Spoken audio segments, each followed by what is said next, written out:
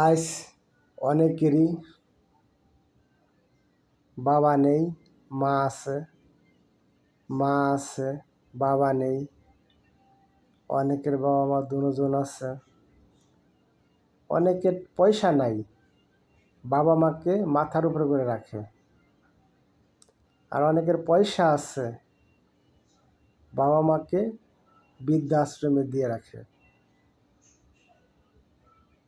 কিন্তু ওই ব্যক্তিও তো একদিনকে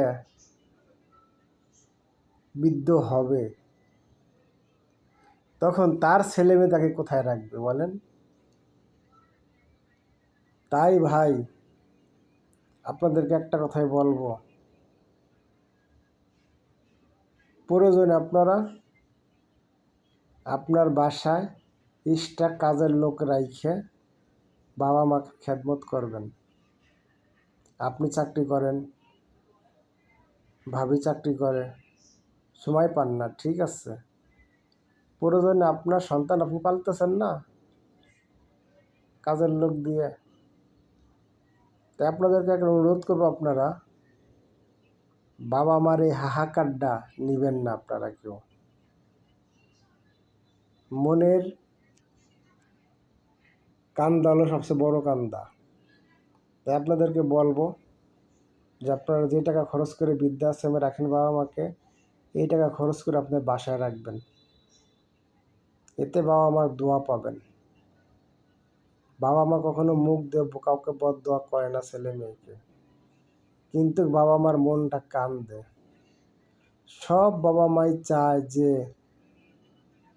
ছেলে মেয়ে বিবাহ করাবো, নাতিপুতি হবে, তাদেরকে নিয়ে খেলাধুলা করব, এর সবার বাবা মাই চায়।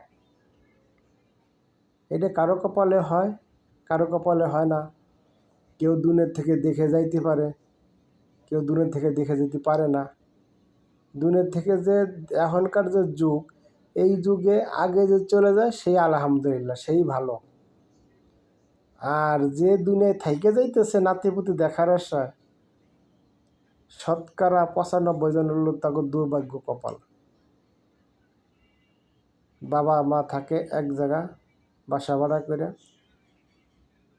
বউ ছেলে মেয়ে থাকে আর এক জায়গায় বাসা ভাড়া করে, নাতিপুতির আদর আদর নাতিপুতিও পায় না, দাদা দাদিও পায় না। তাই আপনাদেরকে বলবো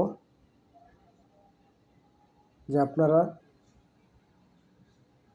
পরের একটা মেয়ে আনছেন, তাকে বোঝাবেন, বুঝাইয়ে একসঙ্গে থাকার চেষ্টা করবেন।